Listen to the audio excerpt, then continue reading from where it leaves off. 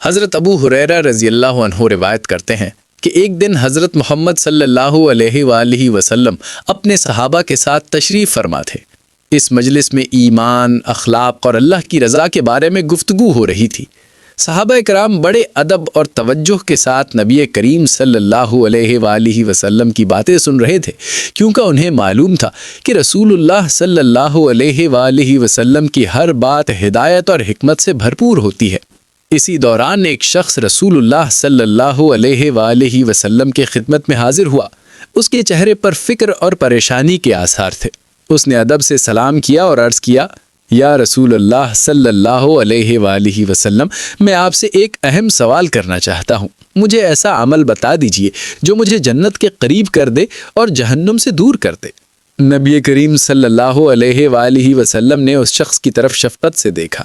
آپ صلی اللہ علیہ وآلہ وسلم لوگوں کی نیت اور دل کی کیفیت کو خوب سمجھتے تھے۔ آپ صلی اللہ علیہ وآلہ وسلم نے فرمایا، تم اللہ کی عبادت کرو اور اس کے ساتھ کسی کو شریک نہ ٹھہراؤ، نماز قائم کرو، زکوٰۃ ادا کرو اور رشتہ داروں کے ساتھ حسن سلوک کرو۔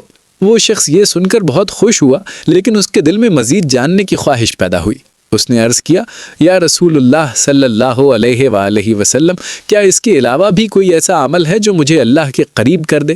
نبی کریم صلی اللہ علیہ وآلہ وسلم نے فرمایا، کیا میں تمہیں خیر کے دروازے نہ بتاؤں؟ روزہ ڈھال ہے، صدقہ گناہوں کو اس طرح مٹا دیتا ہے جیسے پانی آگ کو بجھا دیتا ہے، اور رات کے وقت انسان کا نماز کے لیے کھڑا ہونا بھی بہت بڑی نیکی ہے۔ پھر آپ صلی اللہ علیہ وآلہ وسلم نے قرآن کی یہ آیت پڑھی جس میں رات کے وقت عبادت کرنے والوں کی تعریف بیان کی گئی ہے۔ صحابہ کرام اس نصیحت کو بہت غور سے سن رہے تھے۔ ان کے دل اللہ کے خوف اور محبت سے بھر گئے تھے۔ اس کے بعد نبی کریم صلی اللہ علیہ وآلہ وسلم نے فرمایا، کیا میں تمہیں دین کے اصل ستون کے بارے میں نہ بتاؤں؟ دین کا سر اسلام ہے، اس کا ستون نماز ہے اور اس کی چوٹی اللہ کے راستے میں کوشش کرنا ہے۔ پھر رسول اللہ صلی اللہ علیہ وآلہ وسلم نے اس شخص کو ایک اور بہت اہم نصیحت فرمائی۔ آپ صلی اللہ علیہ وآلہ وسلم نے اپنی زبان کی طرف اشارہ کرتے ہوئے فرمایا، اپنی زبان کو قابو میں رکھو۔ وہ شخص حیران ہوا اور اس نے عرض کیا، یا رسول اللہ صلی اللہ علیہ وآلہ وسلم، کیا ہم اپنی زبان سے نکلی ہوئی باتوں پر بھی پکڑے جائیں گے؟ نبی کریم صلی اللہ علیہ وآلہ وسلم نے فرمایا، تمہاری ماں تمہیں گم پائے۔ لوگوں کو جہنم میں اوندھے منہ گرانے والی چیز اکثر ان کی زبان ہی ہوتی ہے۔ یہ سن کر مجلس میں موجود صحابہ بہت متاثر ہوئے۔ انہیں احساس ہوا کہ انسان کی زبان کتنی اہم چیز ہے۔ ایک چھوٹا سا جملہ بھی انسان کو جنت کے قریب کر سکتا ہے اور ایک غلط بات انسان کو گناہ میں ڈال سکتی ہے۔ نبی کریم صلی اللہ علیہ وآلہ وسلم ہمیشہ لوگوں کو آسان اور واضح انداز میں دین کی تعلیم لیتے تھے۔ آپ صلی اللہ علیہ وآلہ وسلم کی باتیں دل میں اتر جاتی تھیں، کیونکہ ان میں اخلاص اور سچائی ہوتی تھی۔ صحابہ کرام ان نصیحتوں کو یاد رکھتے اور اپنی زندگی میں ان پر عمل کرنے کی کوشش کرتے تھے۔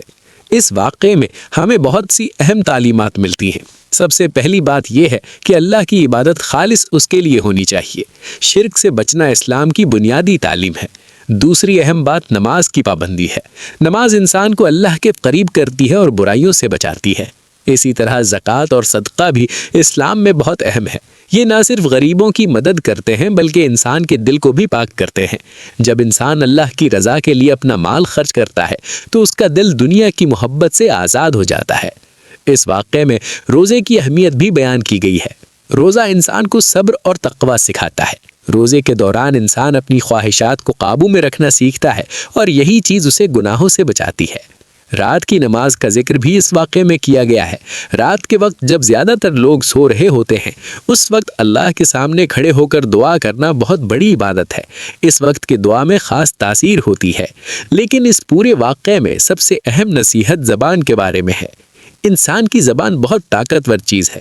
اسی زبان سے انسان اللہ کا ذکر کرتا ہے، قرآن پڑھتا ہے اور دوسروں کو اچھی باتیں سکھاتا ہے۔ لیکن یہی زبان اگر قابو میں نہ رہے تو غیبت، جھوٹ، بہتان اور دل دکھانے والی باتوں کا سبب بھی بن سکتی ہے۔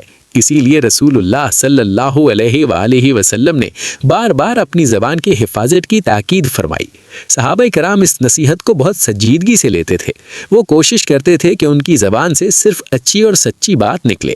حضرت ابو ہریرہ رضی اللہ عنہ فرماتے ہیں کہ صحابہ کرام نبی کریم صلی اللہ علیہ وآلہ وسلم کی ہر بات کو دل سے قبول کرتے تھے۔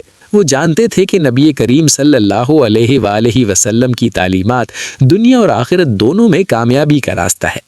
یہ واقعہ ہمیں یہ بھی سکھاتا ہے کہ دین کے بارے میں سوال کرنا اور علم حاصل کرنا بہت اہم ہے۔ وہ شخص جو رسول اللہ صلی اللہ علیہ وآلہ وسلم کے پاس آیا تھا، اس نے خلوص سے سوال کیا تھا، اسی لیے اسے ایسی نصیحتیں ملی جو پوری زندگی کے لیے کافی تھی۔ آج کے زمانے میں بھی ہمیں اسی طرح دین سیکھنے اور اس پر عمل کرنے کی کوشش کرنی چاہیے۔ ہمیں اپنی عبادات کو بہتر بنانا چاہیے، دوسروں کے ساتھ اچھا سلوک کرنا چاہیے اور اپنی زبان کو قابو میں رکھنا چاہیے۔ اگر انسان ان چند اصولوں پر عمل کر لے تو اس کی زندگی میں بہت بڑی تبدیلی آ سکتی ہے، اس کا دل سکون سے بھر جاتا ہے اور اس کا تعلق اللہ سے مضبوط ہو جاتا ہے۔ اللہ تعالی ہمیں نبی کریم صلی اللہ علیہ وآلہ وسلم کی تعلیمات کو سمجھنے اور ان پر عمل کرنے کی توفیق عطا فرمائے۔ آمین۔